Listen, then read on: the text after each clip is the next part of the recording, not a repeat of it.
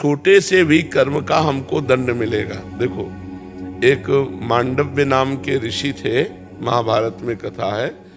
तो उन्होंने एक तितली की गुदा में, बच्चे थे तो बम्बूल का कांटा डाल के छोड़ दिया। खेल खेल में तितली पकड़ी और एक बम्बूल का कांटा उसकी गुदा में डाल के छोड़ दिया।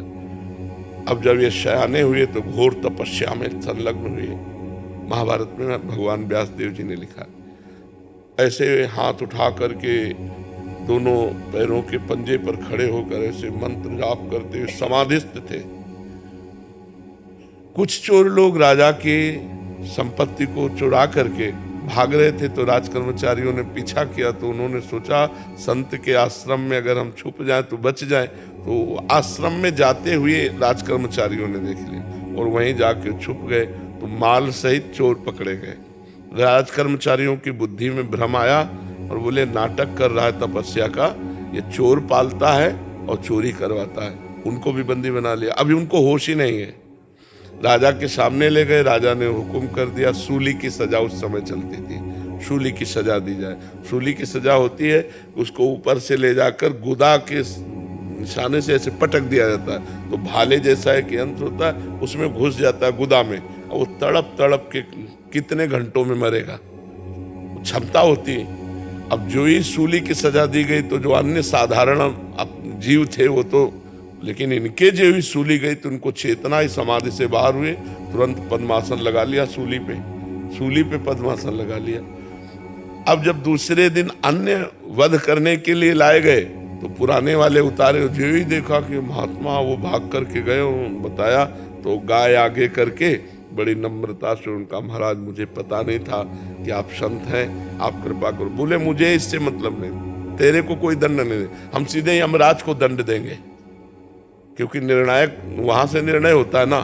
तो मुझे सूली से निकालो। लाख प्रयास किया गया, सूली से नहीं निकले, तो सूली काट दी गई। तो उनका नाम हुआ अणिमांडव्य। और वो तत्काल अंतर्ध्यान होकर यमपुरी पहुंचे और यमराज से कहा, ये किसकी सजा है, ये क्यों सजा दी? क्योंकि जब से मुझे होश है तब से मैंने कोई पाप नहीं किया। पूर्व का है या वर्तमान का है? तो उनका बच्चापन की अवस्था का 8 वर्ष के आप थे, एक तितली की गुदा में कांटा डाल के छोड़ दिया था, तो तुम्हारी गुदा में सूली डाल के काट दी गई, निकली नहीं। तो उनका पहले तो 8 वर्ष के बच्चे को शुभ अशुभ का ज्ञान ही नहीं होता। आज से मैं नियम बनाता हूं कि 14 वर्ष की अवस्था तक के पहले के किए हुए पाप नहीं लागू होंगे। वो आज भी है, 14 वर्ष की अवस्था के पहले के पाप यमराज के यहाँ दंड नहीं। अपने शायद भारत सरकार में भी उसको विशेष दंडनीय नहीं माना जाता। नाबालिग के उसमें छोटे मोटे सजा दे करके उसे मुक्त कर दिया जाता, उसको सुविधा दी जाती है। हाँ, सुधार की सुविधा दी जाती है। तो ये यमराज के यहाँ नियम बना दिया और कहा, तुम यहाँ यमपुरी में बैठे आनंद ले रहे हो, मृत्यु लोक का तुम माया जाल जानते नहीं, इसलिए मैं साफ देता हूँ, 100 वर्ष तक तुम मृत्यु लोक में मनुष्य बनकर विचरण करो। तो वही विदुर जी के रूप में यमराज जी आए, साक्षात यमराज जी विदुर जी के रूप में, और धर्मराज के अंश से युधिष्ठिर जी महाराज आए। तो मांडव्य ऋषि 8 वर्ष की अवस्था में तितली के गुदा में कांटा छोड़ा, तो उनकी गुदा में सूली धसी कि नहीं धसी? तो हमारे छोटे छोटे कर्मों का भी फल हमको भोगना पड़ेगा। इसीलिए होश से कर्म करे, और अगर सर्व कर्मों का नाश करना हो तो भगवान एक उपाय केवल बता रहे हैं, सर्वधर्मान परित्यज्य मामेकम शरणम ब्रज, तो अहम त्वाम सर्व पापेभ्यो मोक्षयिष्यामि मा शुचा।